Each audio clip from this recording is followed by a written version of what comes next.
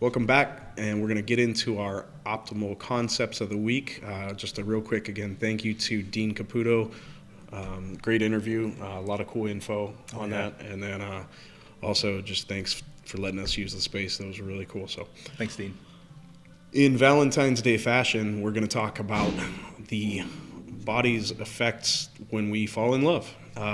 There's a lot of different scientific things that happen, and as anybody who's gone through this knows, we get a little crazy, and there's actually some scientific reasons for that. And Jim's going to talk a little bit about that, and we'll go from there.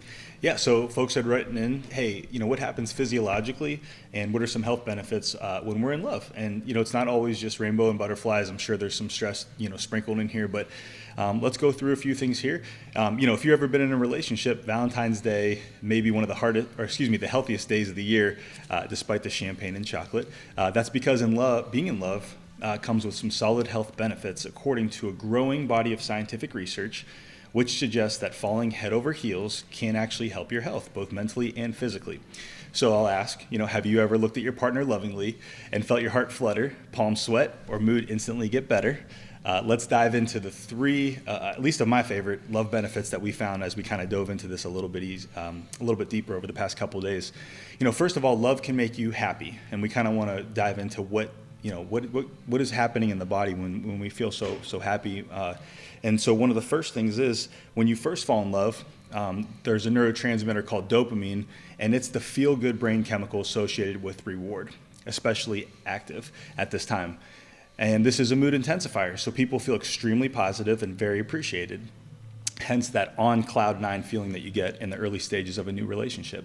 On the flip side, new lovebirds can also experience a spike in the stress hormone called cortisol. That's a mouthful. And a concurrent drop in the mood regulating neurotransmitter serotonin, which may account for some of the erratic behavior, passion mixed with anxiety, obsession, and nervousness that often goes along with a blossoming love. So dopamine levels may stay elevated even as your love matures, studies suggest, but you'll likely see that cortisol and serotonin levels return to normal, helping you calm down, settle into the relationship without losing the mood brightening perks. So that's how love, can kind of play a role with us being happy.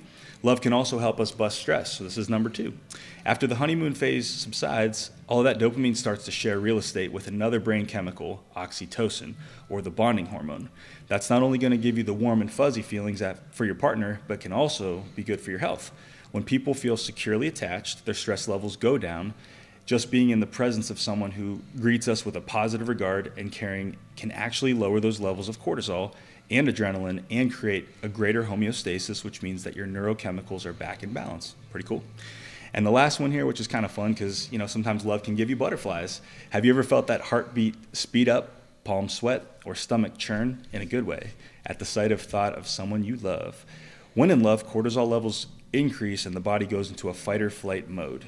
Your limbic and emotional brain activates the vagus nerve that goes down from the brain to your gut.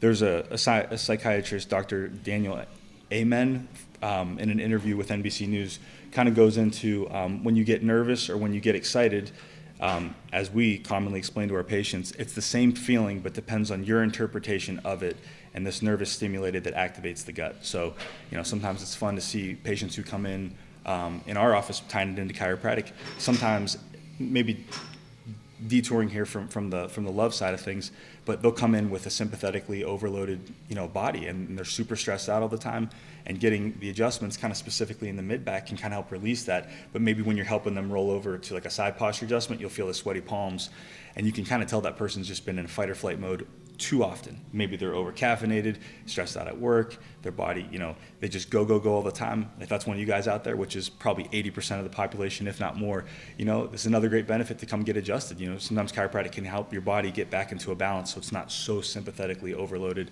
in that fight or flight response. Yeah, it's funny. I actually had a patient yesterday, and he does this frequently, but as soon as I adjust him, he instantly just goes into a massive hand sweat. And of course, I frequently do the fingers and hands last, so I'm like slipping. Yeah, sure. I always feel bad, but it's just the natural body response, and people have different responses when they get adjusted. Some people laugh. Mm-hmm. And some people just giggle or snort, and you can see like the little hairs stand up on their arms. There's a lot of different neurologic responses. That's why people love getting adjusted, because it's some of those same chemicals that release when you're in love get released during an adjustment. I found it funny to see that serotonin levels actually decreased with the love thing, like we were talking about, and that's been shown in brain studies. And it actually happens also in people with obsessive compulsive disorder.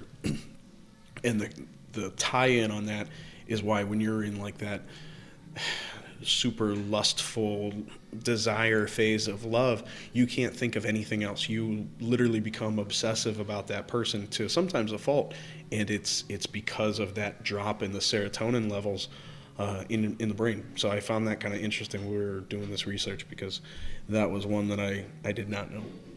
They dive into that too with trying to show the correlation and the similarities between love and then sometimes it having an addictive, just kind of like Gambling different or, drugs. right. Yeah. I have it pulled up here. Let's just dive into it real quick because this could be fun. Knowing that it is Valentine's Day, and I'm sure some people will have an awesome day, but also maybe a fun evening. Like addictive drugs that light up our pleasure centers and keep people coming back for more, love can be an addictive in its own way. So scientists have observed overlapping neurochemical responses in the same areas of the brain among people experiencing drug addiction. In 2017, there was a study published in the Journal of Philosophy and Psychiatry and Psychology, and they reviewed research about the relationship between addiction and love. Basically, the authors suggested that love can be addictive because it's a need that can be temporarily satisfied, but can become very distracting if it's not fulfilled for a long period of time. And so some of these feelings may have to do with sex, sexual activity, orgasms, and some drugs all release dopamine in an area of the brain called the nucleus accumbens. Board question. An orgasm's rush of oxytocin and then serotonin, along with the muscular relaxation, can leave you craving more. That's why it might feel like that you might feel like engaging in sexual activity can give you a rush. So that's kind of cool. I know, and this is really probably a bad topic when it comes to Valentine's Day, but there is a difference too in those hormone levels. They actually change whether they become sex with a partner versus like porn sex, Yeah. So it's actually different that you have a higher level of the addictive behavior in the porn side of the world. So that becomes something that, can be an actually unhealthy behavior. Whereas the love typically, although it has the potential, it usually comes into a settling down and doesn't go into that long-term addictive type of phase. So some neat chemistry that happens, and you're not always sitting there thinking about it. And we talk about even how food can become addictive, and some of those same hormones get released. Somebody says, love's like chocolate, and chocolate does the same thing in your brain. Well, not exactly, but there are some similarities. Ultimately, we hope that everybody's having a good Valentine's Day and having a nice, healthy relationship with something, somebody other than themselves. Exactly. And we have a couple more topics here to come by. We're going to talk a little bit about some women's health, some differences in women's training, and then we'll do our final thoughts here in a minute. But we'll take a quick break. We'll be right back.